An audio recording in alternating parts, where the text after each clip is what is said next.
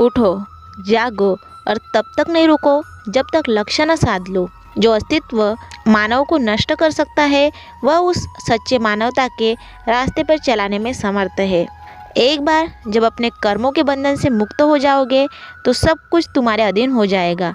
विश्वास रखो, विश्वास करो और विश्वास के साथ कार्रवाई करो। अपने आप को बदलो, फिर तुम्हारा दुनिया में भी दृष्टिकोण बदल जाएगा। उद्यम और समर्पण से योग्यता प्राप्त होती है।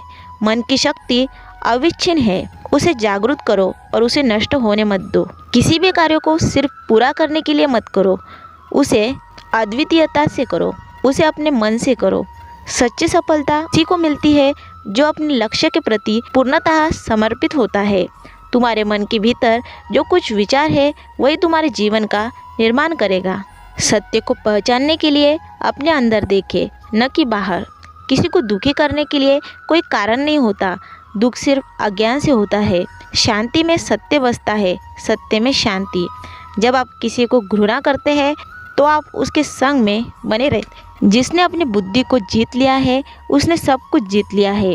अपने मन को शांत और उदार बनाइए। प्रेम में छिपी हर विपत्ति को धैर्य से स्वीकार करो, क्योंकि प्रेम ही सबसे शक्तिशाली छंद है। संयमित मन विजयी है, क्योंकि वह खुद को सर्वशक्तिमान मानता है।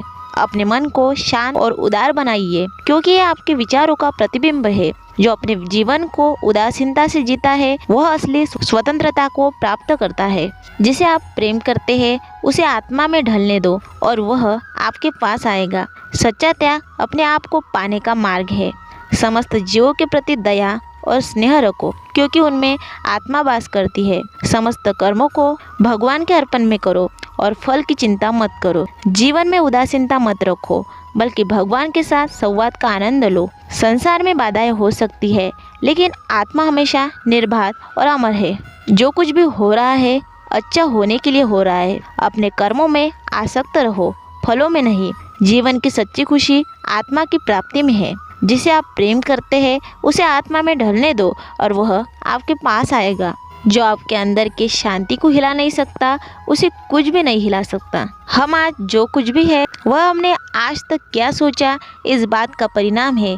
यदि कोई व्यक्ति बुरी सोच के साथ बोलता या फिर काम करता है तो उसे कष्ट ही मिलता है, और यदि कोई व्यक्ति शुद्ध तथा अच्छे विचारों के साथ बोलता या फिर काम करता है तो उसकी परछाई की तरह खुशी उसका साथ कभी नहीं छोड़ती। किसी जंगली जानवर की अपेक्षा एक कपटी और दुष्ट मित्र से अधिक डरना चाहिए, क्योंकि जानवर तो बस आपके शरीर को नुकसान पहुंचा सकता है, पर एक बुरा मित्र आपकी बुद्धि को नुकसान पहुंचा सकता है। एक समझदार व्यक्ति अपने अंदर की कमियों को उसी तरह से दूर कर लेता है जिस तरह से एक स्वर्णकार थोड़ा थोड़ा करके और इस प्रक्रिया को बार बार दोहरा कर दूर कर लेता है।